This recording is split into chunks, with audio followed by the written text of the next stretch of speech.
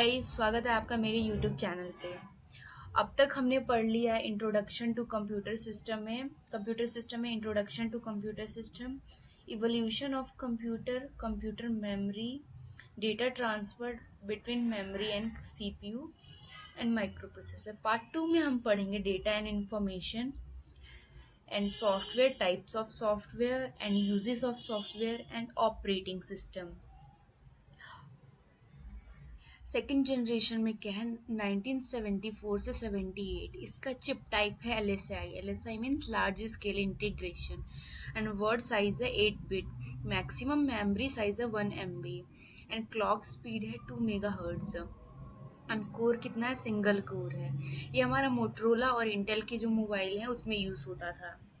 Third generation हमारा 1979 to 1980।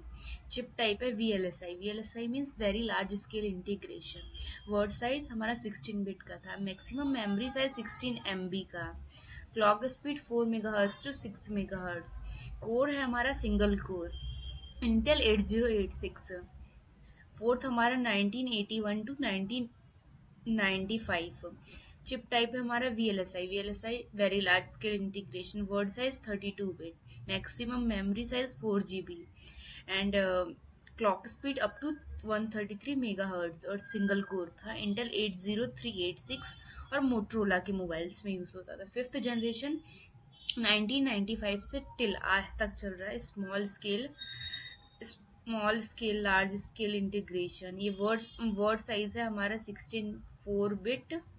Maximum memory size 64 GB and clock speed 533 megahertz to 34 GHz। इसके multiple core है, Pentium, Xeon, Celeron. ये हमारे generation of micro processor है। Micro processor जो है उसको क्लासिफाई किया गया different type of chip type में, वर्ड साइज में, क्लॉक स्पीड में। एंड ये फीचर्स हमारे एक्सप्लेन किए गए हैं नीचे। Word size means maximum number of bits that micro processor can process at a time. एक पर्टिकुलर टाइम पे कितना मैक्सिमम नंबर ऑफ बिट्स को प्रोसेस कर सकता है, वो हमारा वर्ड साइज हो गया। A word was 8 bits. It was maximum limit that at a time. At present, minimum word size is 16 bits and maximum is 64 bits.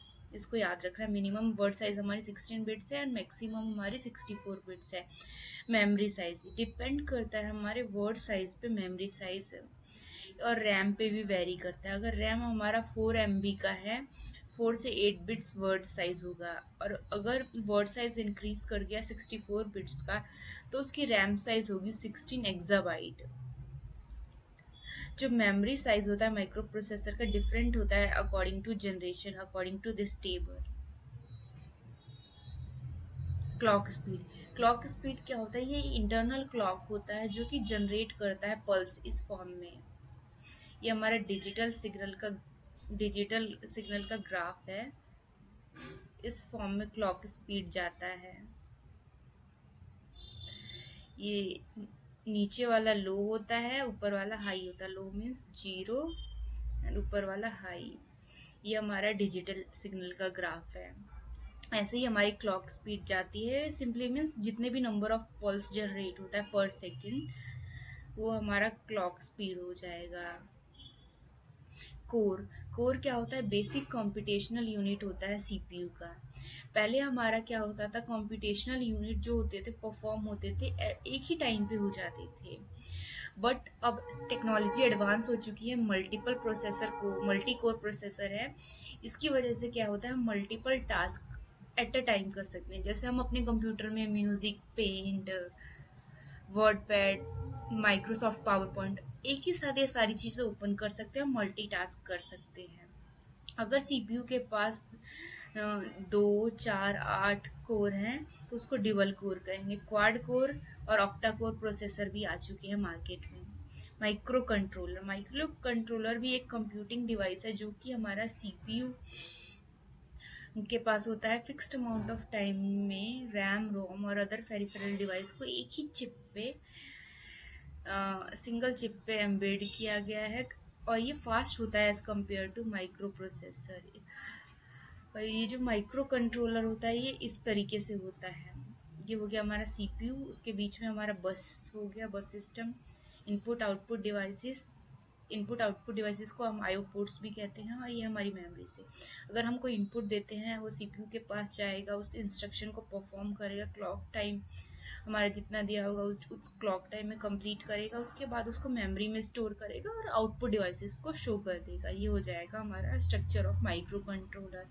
जो माइक्रो कंट्रोलर होता है वो बहुत स्मॉल साइज होता है और ये एम्बेडेड होता है अनदर डिवाइस और system. For example, micro controller is a fully automatic washing machine used to control washing cycle without human intervention. जो फुल्ली ऑटोमेटिक वॉशिंग मशीन होता है उसमें हमें बस कपड़े डाल देने होते हैं और टाइम फिक्स कर देना होता है और वाटर लेवल एवरीथिंग दे देना होता है, फिर वो ऑटोमेटिकली वॉश और ड्राई भी कर देता है। ये हमारा ऑटोमेटिक वॉशिंग मशीन का एग्जाम्पल। इसमें क्या है, जो साइकिल स्टार्ट होता है filling with water, after that which clothes are soaked and washed, there after उसको ड्रेन करते हैं एंड स्पिन करते हैं क्लॉथ्स को ड्राई होने के लिए। ये सिंपल हमारा यूज है माइक्रो कंट्रोलर का, जिसमें रेपिटेटिव हम एग्जीक्यूशन करते हैं टास्क को बिना ह्यूमन के इंटरवेंशन के, और ये हमारा टाइम सेविंग भी है। डेटा एंड इंफॉर्मेशन, डेटा क्या होता है, डेटा हमारा primarily, computer is a primarily for processing data. Computer हमारा मेनली उसका काम है डेटा को प्रोसेस करना, और कंप्यूटर में जो भी होता है वो हमारा डेटा होता है। डेटा हमारा रॉ फैक्ट्स फिगर इसको कह सकते हैं, जो भी सॉन्ग वीडियो पिक्चर डॉक्यूमेंट, ये हमारा डेटा है। डेटा हमारे रॉ एंड अनऑर्गेनाइज्ड फॉर्म में होता है, और जब डेटा को हम प्रोसेस करते हैं तो वो इंफॉर्मेशन बन जाता है जिसका एक मीनिंगफुल मीनिंग होता है, वो हमारा इंफॉर्मेशन हो जाएगा। Data and types. Data. Computer system has many input devices which provided draw data in form of facts, concept, instruction। ये हमारे डेटा हो गए। इंटरनली जो भी हम स्टोर करते हैं वो बाइनरी फॉर्म में होता है, या तो फिर जीरो या फिर one. But externally input can be in form of text, English alphabet, number, special symbols. Data can be input in other languages too in form of read from file. Data can be anything.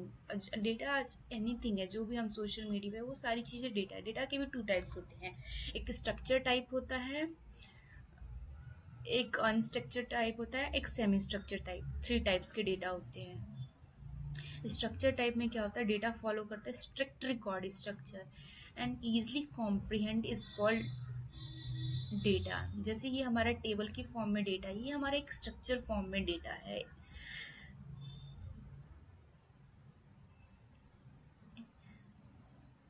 It is clear that data is organized in raw column format, easily understandable. Structured data can be stored in ascending descending order. Example, attendance data is stored in increasing order column of month. Unstructured data, unstructured data जिसका कोई structure ना हो, data which may not be organized in predefined record format is called unstructured data. For example, audio, video, graphic, text document, social media post, satellite image, ये सारे example हमारे unstructured data के। Semi structure data, semi structure data क्या होता है, ना इसमें well defined structure होता है, data which have no well defined structure but maintain internal tag और मार्किंग सेपरेट डेटा। कुछ इंटरनल टैग्स होते हैं जो सेपरेट करता है डेटा को, डेटा एलिमेंट्स को, उसको सेमी स्ट्रक्चर डेटा कहते हैं। जैसे email document, HTML page, comma separated document, CSV file, ये सारे हमारे हो गए सेमी स्ट्रक्चर डेटा के format. Data capturing, storage and retrieval. तो अब हम बात करेंगे डेटा को कैसे कैप्चर करना है, कहाँ स्टोर करना है और कैसे उसको रिट्रीव करना है।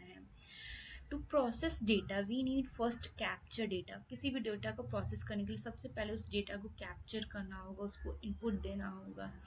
This is followed by it's storage in a file. Capture करने के बाद उसको स्टोर करना है फाइल में और डेटाबेस में, so that it can use in future, जिससे कि हम उस डेटा को फ्यूचर में यूज कर सकते हैं। जब हमारा डेटा प्रोसेस होता है, उसको हम रिट्रीव करते हैं फाइल या डेटाबेस से, उसको उसमें हम वेरियस ऑपरेशन परफॉर्म करते हैं। तो पहले हम बात कर लेंगे डेटा कैप्चरिंग का। It involve the process of gathering data from different sources in digital form. पहले हम डेटा को क्या करेंगे, गैदर करेंगे डिफरेंट फॉर्म से।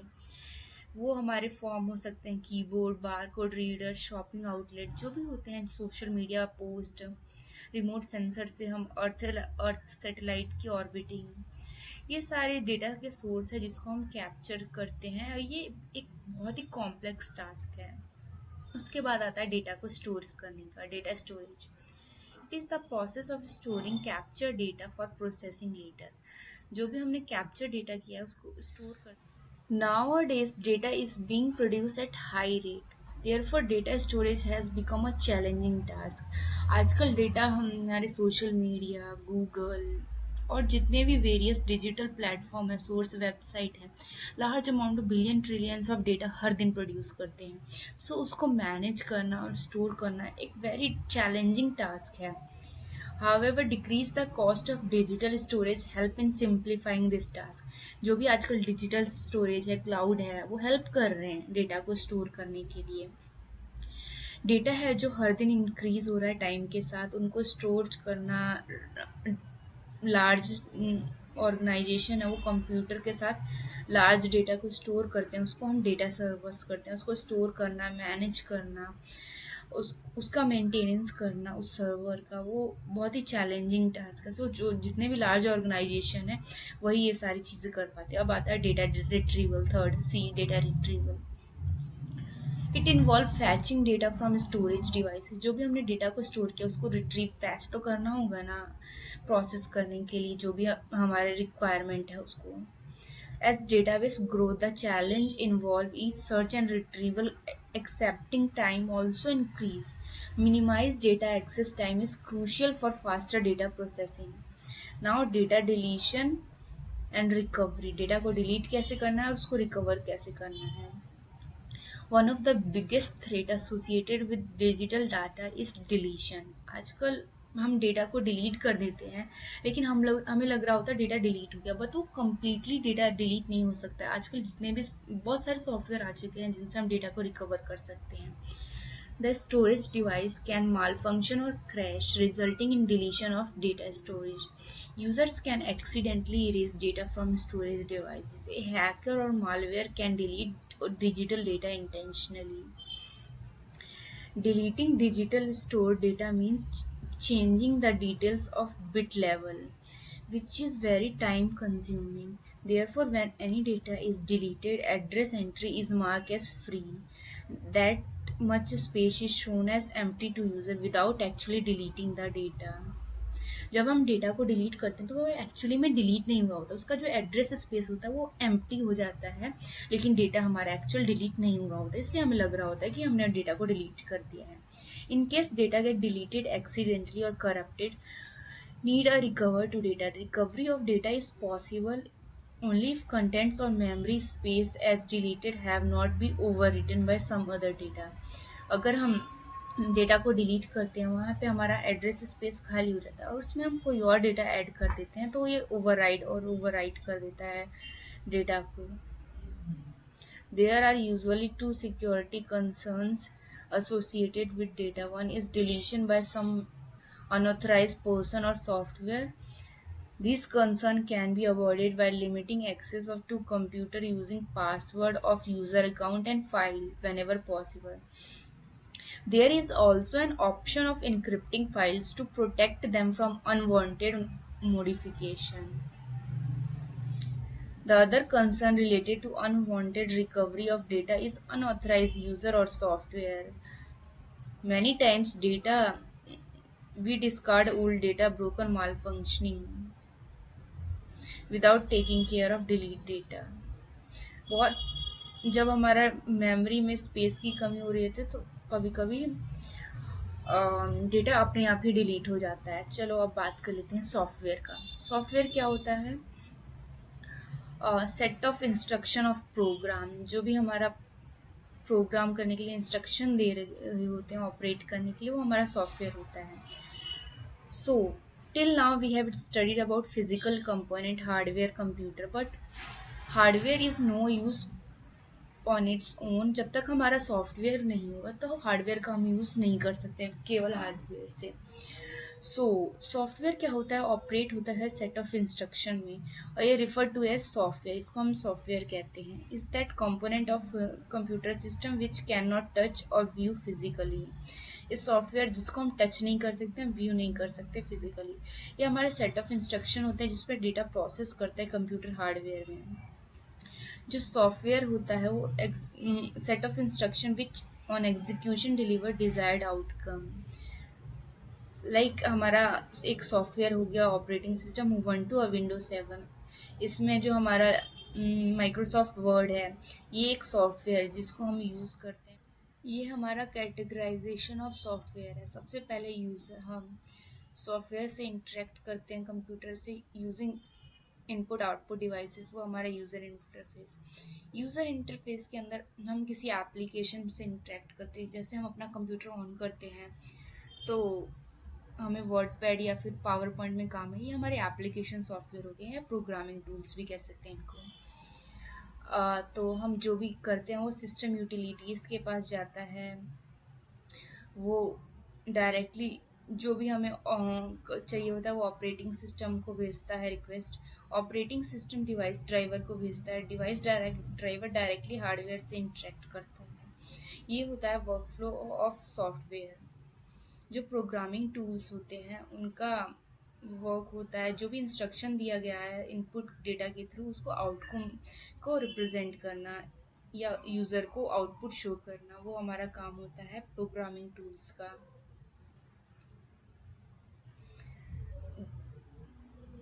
जो हमारे प्रोग्रामिंग होती है वो वेरियस लैंग्वेजेस में क्लासीफाई की गई है। जैसे डिफ़िकल्ट होता है ह्यूमन बीइंग के लिए जो मशीन लैंग्वेज बाइनरी नंबर 0 1 के टर्म्स में अंडरस्टैंड करना और उसके टर्म में प्रोग्राम को डेवलप करना। तो उसको सिंप्लीफाई करने के लिए कंप्यूटर लेवल प्रोग्रामिंग्स का डिस्कवरी हुई। So computer level programming low level भी होती है और हाई लेवल भी होती है। लो लेवल प्रोग्रामिंग जो मशीन डिपेंडेंट हो गया वो C language, assembly language, machine language होती है लो लेवल लैंग्वेज।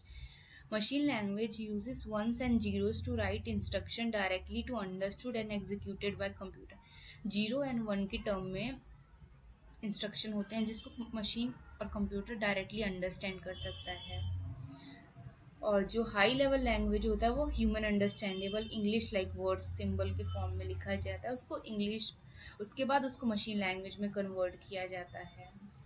जो हाई लेवल लैंग्वेज होता है वो मशीन डिपेंडेंट होता है एंड सिंपलर होता है राइट करना कोड को इंग्लिश लैंग्वेज में। जो इंस्ट्रक्शन होते हैं वो इंग्लिश लाइक सेंटेंस होते हैं ईच हाई लेवल लैंग्वेज में, और वो सर्टेन रूल्स वो फॉलो करता है। जो ये लैंग्वेज से डायरेक्टली अंडरस्टूड होता है कंप्यूटर को, हेंस ट्रांसलेटर, इसलिए ट्रांसलेटर की ज़रूरत होती है ट्रांसलेट करने के लिए हाई लेवल कोड को मशीन लैंग्वेज में। जैसे हाई लेवल हो जाएगा हमारा C++, जावा, पाइथन, ये हमारे हाई लेवल लैंग्वेजेस हो गए। लैंग्वेज ट्रांसलेटर क्या होता है? Language translator. As the computer can understand only machine language, translator is needed to convert program in assembly language or high level language to machine level language। Language translator की ज़रूरत इसलिए है क्योंकि computer हमारी only machine language 0 और 1 को ही समझता है। तो उसको जो हम हाई लेवल लैंग्वेज इंग्लिश में कन्वर्ट करें, उसको कन्वर्ट करने वाला भी तो कुछ चाहिए, इसलिए हमने लैंग्वेज ट्रांसलेटर का यूज़ किया जो हमारा हाई लेवल लैंग्वेज को असेंबली लैंग्वेज या फिर मशीन लैंग्वेज में कन्वर्ट करता है। जो प्रोग्राम लिखा रहता है असेंबली लैंग्वेज में उसको हम सोर्स कोड कहते हैं। सोर्स कोड होता है उसको हमारा ट्रांसलेटर कन्वर्ट करता है मशीन लेवल कोड में, और मशीन लेवल कोड को हम ऑब्जेक्ट कोड कहते हैं। Different type of computer language है जिसको कन्वर्ट किया है source code to machine code, जिसमें 3 ट्रांसलेटर यूज़ किया गया, असेंबलर, कंपाइलर और interpreter. The translator use to convert written code, जो भी असेंबली लैंग्वेज में कन्वर्ट करता है। Assembly language means add, multiply, add, mul, sub, इस टाइप की लैंग्वेज जब हम यूज़ करते हैं वो असेंबली लैंग्वेज होती है, और उसको कन्वर्ट हमारा असेंबलर करता है। और जो हाई लेवल लैंग्वेज होती है उसको हाई लेवल लैंग्वेज को सोर्स कोड और मशीन लेवल को लो लेवल लैंग्वेज और मशीन कोड कहते हैं, वो हमारा कंपाइलर कन्वर्ट करता है source code into machine code. Interpreter क्या होता है, वो लाइन बाय लाइन रीड करता है चीज़ों को, प्रोग्राम को एक ही टाइम पे, उसके बाद उसको एक ही टाइम पे एग्जीक्यूटेबल फॉर्म में ऑब्जेक्ट कोड में कन्वर्ट कर देता है। अगर एक लाइन में एरर है तो वो वहीं पे रुक जाएगा, और जब तक उस एरर को रिमूव ना किया जाए। और इंटरप्रेटेड लैंग्वेज हमारी पाइथन हो जाएगी, वो लाइन बाय लाइन रीड करती है। प्रोग्राम डेवलपमेंट टूल्स, जब हम प्रोग्राम को राइट करते हैं, उस हमें एडिटर चाहिए, तो एडिटर एक सॉफ्टवेयर जो अलाउ करता है टेक्स्ट फाइल को रीड राइट करने के लिए सोर्स कोड को, और ट्रांसलेट करने के लिए ऑब्जेक्ट कोड को।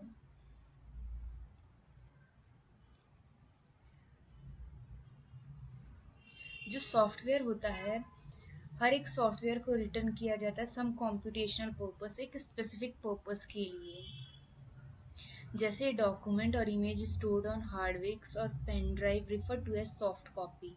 और जब हम डॉक्यूमेंट को प्रिंट करा लेते हैं उसको हम हार्ड कॉपी कहते हैं। सॉफ्टवेयर की नीड क्यों है, need of software.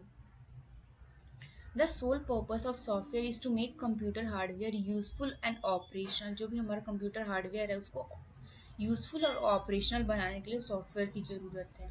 Software knows how to make different hardware component of computer work. Software को पता है कि हार्डवेयर के किस कंपोनेंट को कैसे वर्क कराना है और कम्युनिकेट करना है एंड यूज़र से। एंड यूज़र हम हो गए। We can not instruct the hardware of a computer directly. हम हार्डवेयर को डायरेक्टली इंस्ट्रक्शंस नहीं दे सकते क्योंकि वो बाइनरी लैंग्वेज, मशीन लैंग्वेज समझता है। सॉफ्टवेयर है वो इंटरफेक्स का काम करता है ह्यूमन बींग्स और हार्डवेयर के बीच में। डिपेंड करता है मोड ऑफ इंटरेक्शन पे विद हार्डवेयर और function. Software can broadly classified into three category. जो सॉफ्टवेयर भी होते हैं हमारे थ्री टाइप्स के होते हैं। एक होता है सिस्टम सॉफ्टवेयर, दूसरा एप्लीकेशन सॉफ्टवेयर, तीसरा प्रोग्रामिंग टूल्स। तो पहला हो गया हमारा सिस्टम सॉफ्टवेयर। सिस्टम सॉफ्टवेयर का फंक्शनैलिटी क्या है, इंटरेक्ट करना हार्डवेयर के कंपोनेंट से डायरेक्टली, उसको हम सिस्टम सॉफ्टवेयर कहते हैं। The system software provide basic functionality to operate on computer by interacting directly with its constituent hardware, term as system software. A system software know how to operate and use different hardware component of computer. It provides service directly to end user or some other software like operating system जो हमारे Windows में होता है, system utilities और device driver, ये हमारे system software के example हो गए। ऑपरेटिंग सिस्टम की बात कर लेते हैं, ओएस भी बोलते हैं इसको। ये ऑपरेटिंग सिस्टम है, हमारा सिस्टम सॉफ्टवेयर है that operate on computer. An operating system is most basic system software without without which other software can not work. Without, बिना ओएस के हमारा कंप्यूटर वर्क नहीं कर सकता, ना ही कोई काम कर सकता है। ऑपरेटिंग सिस्टम जो है मैनेज करता है हमारे अदर एप्लीकेशन को एंड प्रोवाइड करता है एक्सेस और सिक्योरिटी यूज़र के सिस्टम को। जितने भी हमारे पॉपुलर ऑपरेटिंग सिस्टम हैं, विंडोज़ जो हम विंडोज़ में यूज़ करते हैं, लिनक्स, मशीनतोश, उबंटू, फेडोरा, एंड्रॉयड जो हमारे Android mobile phones, iOS Apple के फ़ोन। सिस्टम यूटिलिटीज़, नेक्स्ट है हमारा system utilities. Software use for maintenance and configuration of computer system. जो भी हम मेंटेनेंस एंड कॉन्फ़िगरेशन के लिए यूज़ करते हैं वो हमारा सिस्टम यूटिलिटी होता है। कुछ सिस्टम यूटिलिटीज़ होते हैं वो शिफ्ट होते हैं ऑपरेटिंग सिस्टम पे, लाइक डीफ्रेगमेंटेशन टूल, फॉर्मेटिंग। जैसे जैसे हमारा जब कंप्यूटर आता है तो उसमें एक ही ड्राइव होती है, तो हम उसको डिस्क डी फ्रेगमेंट्स में convert, C D E F में कन्वर्ट कर देते हैं, उसको हम फ्रेगमेंटेशन कहते हैं। या फॉर्मेट कर देते हैं यूटिलिटी को, या सिस्टम को रिस्टोर यूटिलिटी, ये सारे हमारे सिस्टम यूटिलिटीज़ का एग्जाम्पल हो जाएगा।